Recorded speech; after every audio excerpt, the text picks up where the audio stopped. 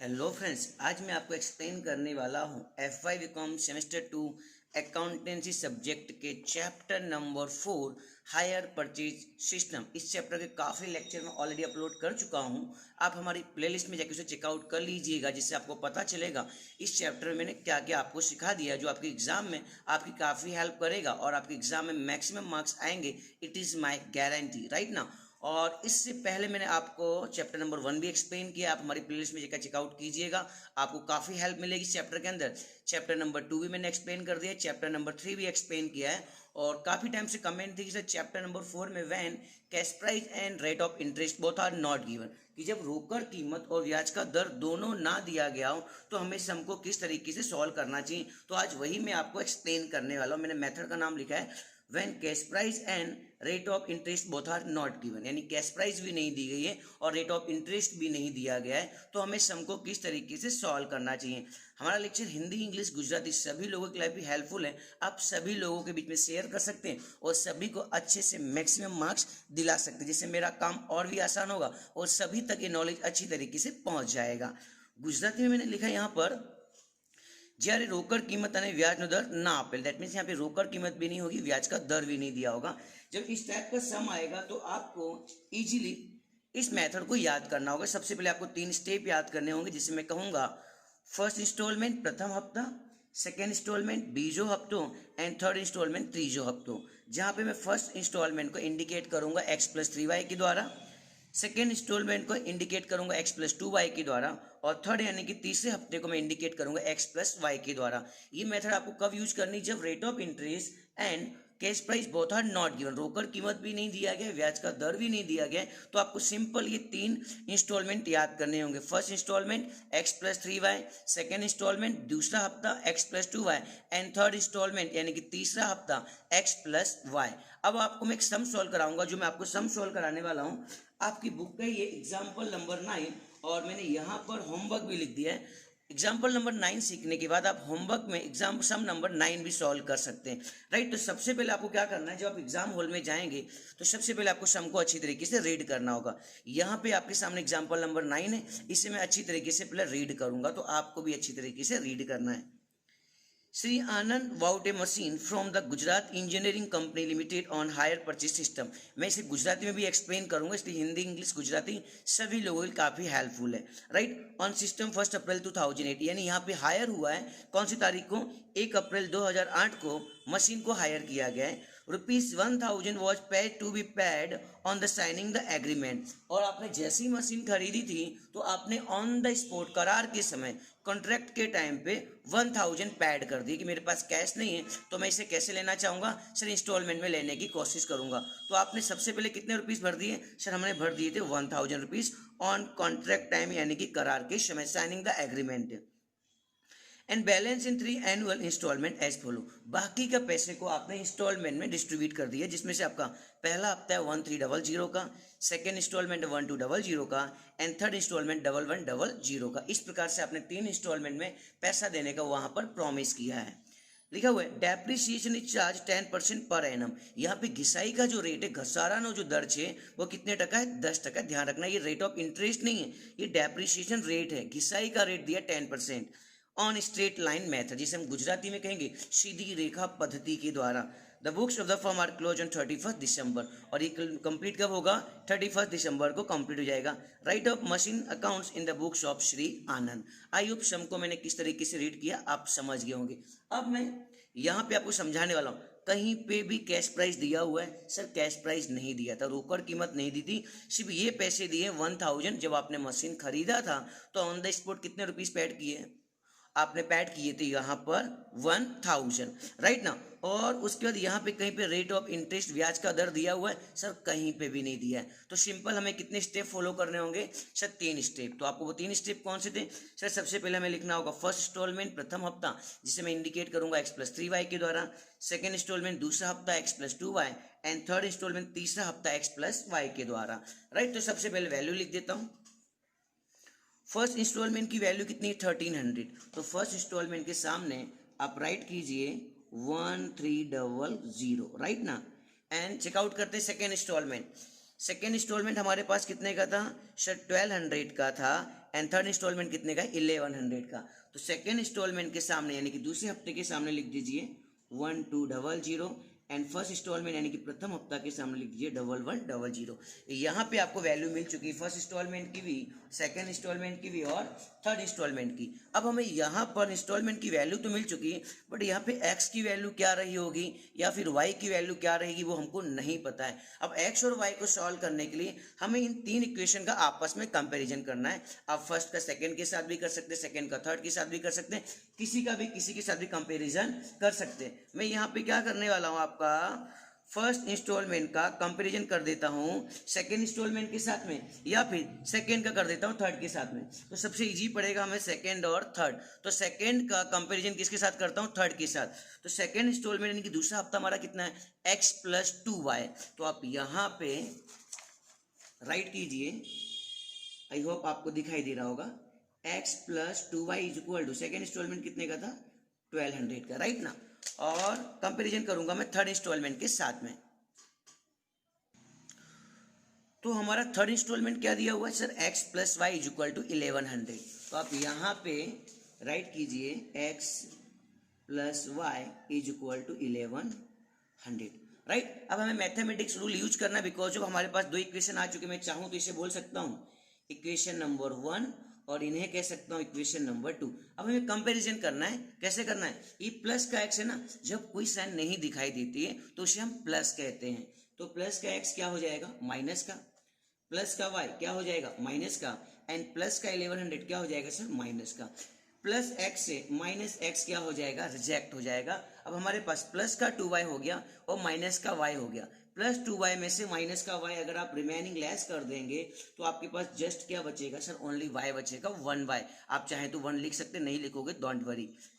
और 1200 में से 1100 चला गया तो कितना आ गया, ओनली हमारे पास 100 रुपीज। तो आई होप यहाँ पर मैंने y की वैल्यू को किस तरीके से सॉल्व किया आप समझ गए होंगे, राइट ना। अब ये y की वैल्यू को या तो फर्स्ट इंस्टॉल में मैनेज कर दो, या तो सेकंड इंस्टॉल में मैनेज कर दो, या फिर थर्ड इंस्टॉल में मैनेज कर दो, जहां भी आपको इजी लगता हो। तो मुझे इजी लगने वाला है थर्ड इंस्टॉलमेंट, मेरे को सबसे इजी पड़ेगा तो वहीं पे रख देता हूँ। तो हमारा थर्ड इंस्टॉलमेंट क्या था, मैं राइट कर देता हूँ यहाँ पर थर्ड इंस्टॉलमेंट, जिसे हम गुजराती में कहेंगे त्रीजो हफ्तो। तो हमारा थर्ड इंस्टॉलमेंट क्या था सर, हमारा थर्ड इंस्टॉलमेंट था x + y = 1100। Very good. तो आप यहाँ पे राइट कीजिए x + y = 1100। जहां पे आपको y की वैल्यू रिसीव हो चुकी, y की वैल्यू आपको मिल चुकी, तो y के प्लेस पे किसकी वैल्यू राइट कर देता हूँ, y की वैल्यू को। तो यहाँ पे लिख देता हूँ x प्लस और y के प्लेस पे लिख देता हूँ 100 = 1100, राइट ना।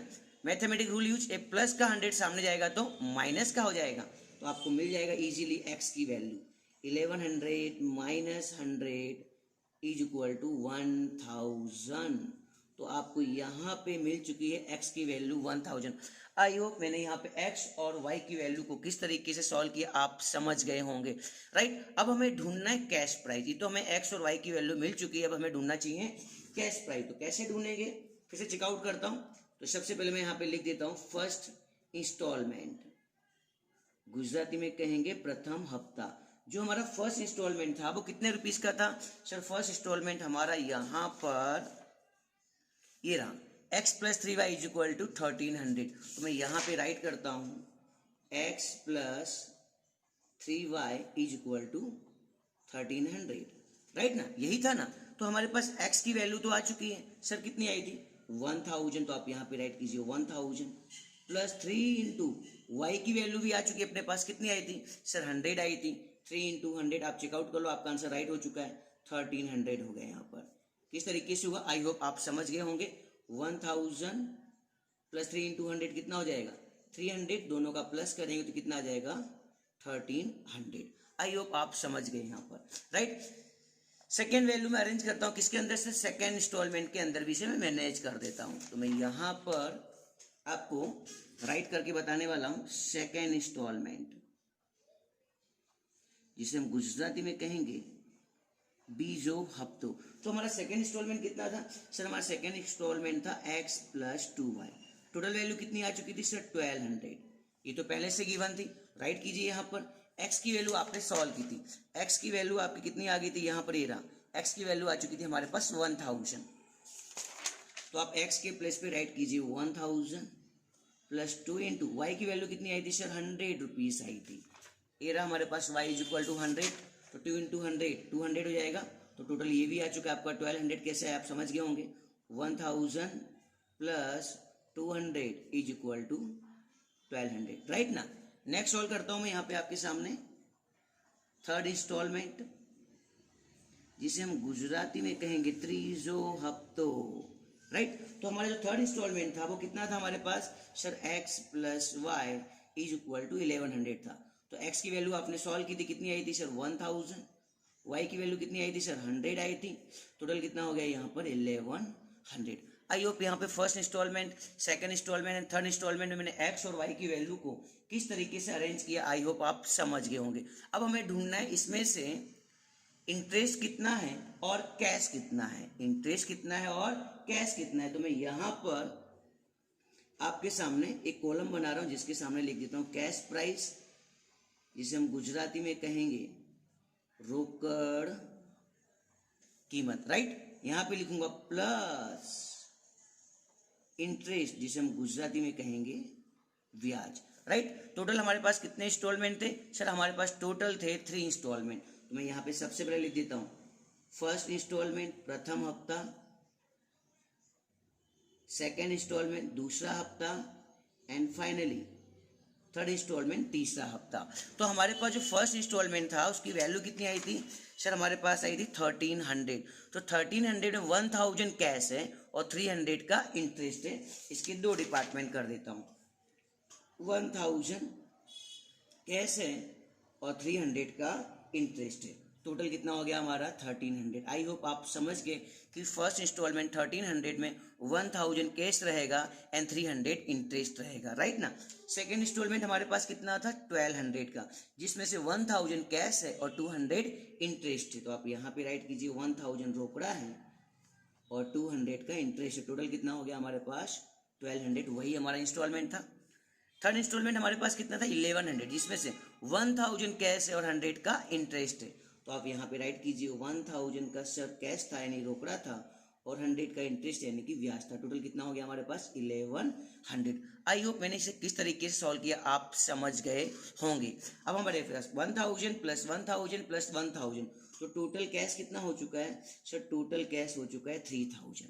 आई होप कैश यहाँ पर कैसे आया आप समझ गए होंगे। और उससे भी इम्पोर्टेंट चीज, जब आपने मशीन को परचेज किया था, मशीन खरीदा था, तो एग्रीमेंट के टाइम पे आपने कितने रुपीस पेड किए थे सर, हमने एग्रीमेंट के टाइम पे 1000 रुपीस पेड कर दिए थे, राइट ना। तो 3000 का कैश है और 1000 आपने करार के समय पेड किए थे। दैट मीन्स जब आप मशीन को लेकर आए थे, जिसे हम कहेंगे एग्रीमेंट, एग्रीमेंट के टाइम पे आपने 1000 पेड कर दिए थे।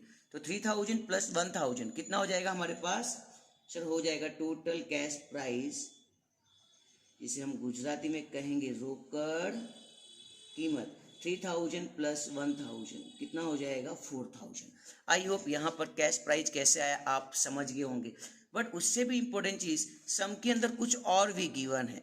सम के अंदर क्या गिवन है वो भी एक बार चेकआउट कर लेता हूँ सर। सम के अंदर दिया हुआ था डेप्रीशिएशन भी दिया हुआ है, ये रहा यहाँ पर डेप्रीशिएशन यानी कि घिसाई विधि कितने परसेंट लेना है हमको 10% लेना है। तो आपको यहाँ पे काउंट करना होगा डेप्रीशिएशन। तो मैं यहाँ पे लिख देता हूँ डेप्रीशिएशन, जिसे हम गुजराती में कहेंगे घसारो, कितने परसेंट था सर 10% था।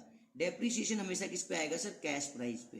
तो 4000 का 10% करेंगे तो हमारे पास कितना आ जाएगा 400। तो यहाँ पर डेप्रीशिएशन और कैश मैंने किस तरीके से सॉल्व किया आई होप आप समझ गए होंगे। और